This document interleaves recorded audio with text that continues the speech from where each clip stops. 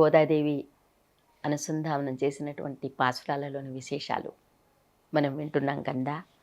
అంగణ్ ఈ మహాసుందరమైనటువంటి పృథ్వీని పాలించేటువంటి మహామహా చక్రవర్తులందరూ కూడా నీ సింహాసనం దగ్గర కూర్చుని ఉన్నారు స్వామి. నీ కరుణా దృక్కులు వాళ్ళపైన ప్రసరింపజేయాలి కదా నువ్వు. నీ సింహాసనం కింద అలాగ తొంగి చూస్తే అలా వాళ్ళందరూ కూర్చున్నారు కదా స్వామి. మరి తామర పువ్వుల వంటి సగము విచ్చినటువంటి తామర పువ్వుల్లాగా నీ కళ్ళు ఉన్నాయి స్వామి. అలాంటి చక్కటి కళ్ళు నీవి. మరొక చక్కటి పోలిక ఇక్కడ పాసురాలలో మనకు కనిపిస్తుంది. ఇంతవరకు ఎన్నో సాహిత్యాలు మనం చూసే ఉంటాం, కానీ ఇంత అద్భుతమైనటువంటి పోలిక మనము ఎక్కడ గమనించి ఉంటాం.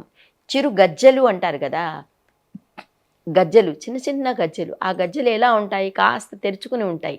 ఆ గజ్జల మధ్యలో చిన్న పూస లాంటిది చిన్ని వెండి గుండు వేసి ఉంటారు. ఆ గుండు అటు ఇటు అటు ఇటు కదిలినప్పుడల్లా మృదు మధురమైనటువంటి నాదం మనకు వినిపిస్తూ ఉంటుంది కదా. కాస్త చిన్నగా ఒక తెరుచుకుని ఉంటుంది ఆ గజ్జ. అలాంటి గజ్జల్లాంటి కళ్ళట కృష్ణుడు. ఎంత అందమైనటువంటి వర్ణన కదా.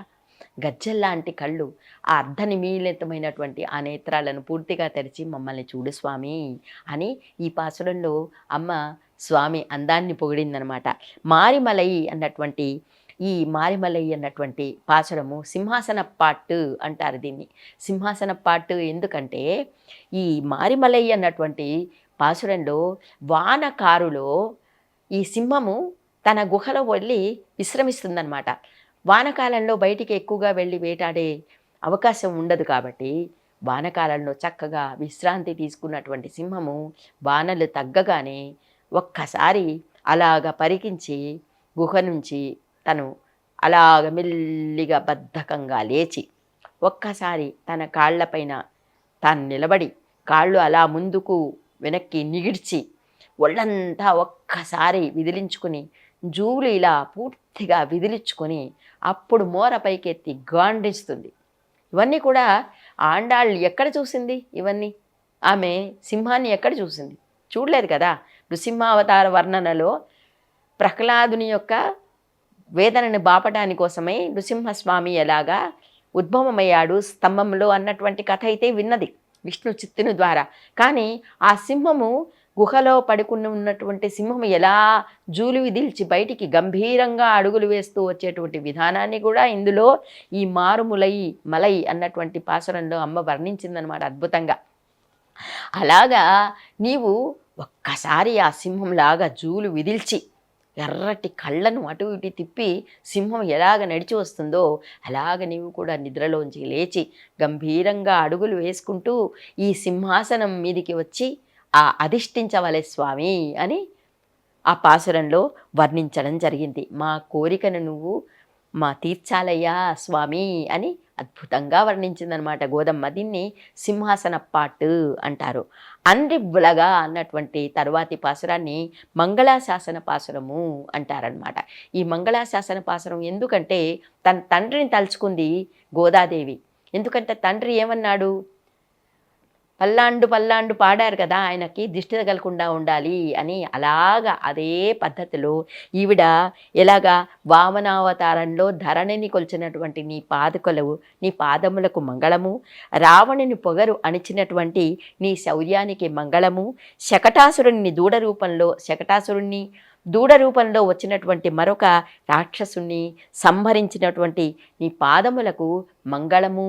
ఇలాగ ఒక్కొక్క స్వామి యొక్క అవయవాలన్నీ పొగుడుతూ గోవర్ధన పర్వతాన్ని చిటికన వేలితో ఎత్తావు కదా ఓ స్వామి, నీ చిటికన వేలికి కూడా మంగళము అని ఎంతో అందంగా అమ్మవారు గోదమ్మ పొగిడిందనమాట. నీ చేతుల్లో వెలిగుంతుతూ శత్రు సంహారం చేసినటువంటి కుంతాయుధానికి కూడా మంగళం కావాలి. కుంతాయుధనం అంటే ఇక్కడ చూడండి, స్వామి చేతుల్లో కుంతాయుధనం అంటే వెంకటేశ్వర స్వామి ఆయన కుంతాయుధంతోనే అక్కడ పద్మ సరోవరం తవ్వాడట. ఆ పద్మ సరోవరంలోనే అమ్మ లక్ష్మీదేవి ఆవిర్భవించింది. కోల్హాపూర్లో స్వతంత్ర వీరలక్ష్మిగా అక్కడ కోల్హాసురుణ్ణి సంహరించి అక్కడే కొలువుంది కదా అమ్మవారు. ఆ అమ్మవారి యొక్క కరుణ కోసమే వెంకటేశ్వర స్వామి 12 ఏళ్ళు తపస్సు చేశాడు. కలియుగంలో తపస్సు చేస్తే కుంతాయుధంతో నువ్వు అక్కడ సరస్వతి అవ్వాలి అని ఆకాశవాణి ఆదేశంతో కుంతాయుధం తీసుకుని అక్కడ సరస్సు తవ్వితే అక్కడ అమ్మవారు ఆయన్ని కరుణించి ఆ ఆ గజము పైన ఆరోహించి ఆవిడకి గజలక్ష్మి వాహనం అంటే చాలా ఇష్టం కదా. ఆ పద్మా సరోవరంలో పద్మాల మధ్య బంగారు పద్మంలో ఆవిడ ఆవిర్భించింది. ఇక్కడ ఈ కుంతాయుధాన్ని కూడా గోదమ్మ కీర్తిస్తూ ఉందన్నమాట. అన్రివులగా అన్నటువంటి ఈ మంగళాశాసనం పాసురంలో. ఒరుత్తి మగనాయ్ ఇది కూడా ఒక రకంగా మంగళాశాసనం కిందికే వస్తుంది. దీనిలో కూడా ఒక ఇంట్లో పుట్టి మరొక ఇంట్లో పెరిగి ఇది కూడా చూడండి. ఒక ఇంట్లో వాళ్ళు ఈ అప్పుడు కూడా కంసుని సంహారం చాలా రోజుల కిందటే అయిపోయింది. కానీ అయినా సరే కృష్ణుని యొక్క పుట్టుకను కానీ కృష్ణుని యొక్క శౌర్య లక్షణాలను గురించి పొగిడితే మళ్ళీ ఎక్కడ ఏ బాధ అవుతుందో అన్నట్టుగా ఈ పాసురంలో ఒక ఇంట్లో పుట్టావు, మరొక ఇంట్లో పెరిగావు, అయినా సరే నీ శత్రువులు నిన్ను వెంటాడారు, కానీ నువ్వు చక్కగా శత్రు సంహారం చేశావు కదా స్వామి. ప్రణయస్వరూపుడై మమ్మల్ని ఏలాలి కదా నువ్వు స్వామి.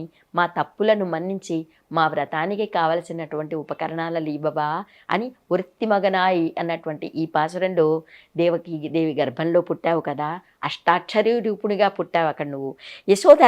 యశోదాదేవి గర్భంలో జన్మించావు అని చెప్తున్నారు. అక్కడ వాసుదేవ ద్వాదశాక్షరీ మంత్రం ఓం నమో భగవతే వాసుదేవాయ, ఓం నమో నారాయణాయ, ఓం నమో వాసుదేవాయ. అటు తర్వాత నీకు ఎదురొచ్చిన వాళ్ళందరినీ సంహరించావు కదా, నీ రూపగుణ విభూతులను మేము ఎప్పుడు స్మరిస్తాము స్వామి అన్నటువంటి వృత్తి మగనాయి అన్నటువంటి పాసురంలో అమ్మ వర్ణించింది. మాలే మణివన్నా అన్నటువంటి ఇందులో వ్రతానికి సంబంధించినటువంటి ఉపకరణాలన్నీ ఇస్తావు కదా, నీ ఆశ్రిత భక్త బృందాన్ని కూడా నువ్వు ఎప్పుడూ కాపాడుతావు కదా స్వామి. నీ పెద్దల ఆజ్ఞ ప్రకారంగానే మా పెద్దల ఆజ్ఞ ప్రకారంగానే కాత్యాయని వ్రతాన్ని మేము ఇలాగా చేస్తూ నీ సన్నిధికి వచ్చాము.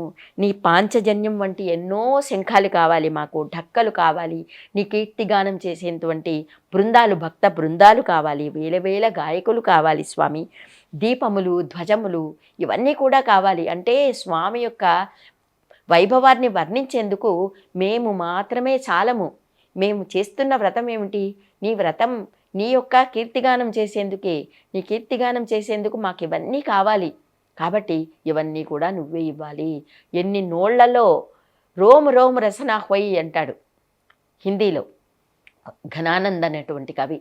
నీ కీర్తిగానం చేయాలంటే ప్రతి రోమంలో కూడా ఒక నోరు ఉంటే కానీ నిన్ను కీర్తించలేం స్వామి అంటాడు. అలాగా ఈ గోపికలు కూడా ఇన్ని ధ్వజాలు కావాలి, ఇన్ని మాకు ఉపకరణాలు కావాలి, శంఖములు కావాలి, పాంచజన్య శంఖములు లాంటి శంఖాలు కావాలి, వేల వేల మంది గాయకులు కావాలి, వీళ్ళందరితో కలిసి నీ కీర్తిగానం చేస్తే కానీ మాకు సంతృప్తి లేదు స్వామి. కాబట్టి ఇవన్నీ మాకు నువ్వు ఇవ్వాలి. ఇవే వ్రతానికి కావాల్సిన ఉపకరణాలు. స్వామి అలంకార ప్రియుడు అన్నాం కదా, కాబట్టి ఆయనకు మనసుకు చక్కగా నచ్చాలి అంటే ఆభరణాలన్నీ కావాలి. మరి స్వామి మనసును గెలవాలంటే ఆభరణాలన్నీ కావాలి మాకు. కాబట్టి ఇవన్నీ ఈ ఆభరణాలన్నీ మనం అనుకున్నటువంటి బయటికి స్వర్ణాభరణాలు కావు. ఇవన్నీ భగవద్భక్తికి సంబంధించినటువంటి గుణాలే ఆభరణాలు. దీనిలో అంతరార్థం అది. ఆభరణాలు కావాలి, ఇవన్నీ కావాలి అంటే భగవంతుని ముందు ఈ ఆభరణాలన్నీ ధరించి వాళ్ళందరూ ఆనందిస్తారా అన్నది కాదు. సద్గుణాలు అన్నటువంటి ఆభరణాలు మాకు కావాలి.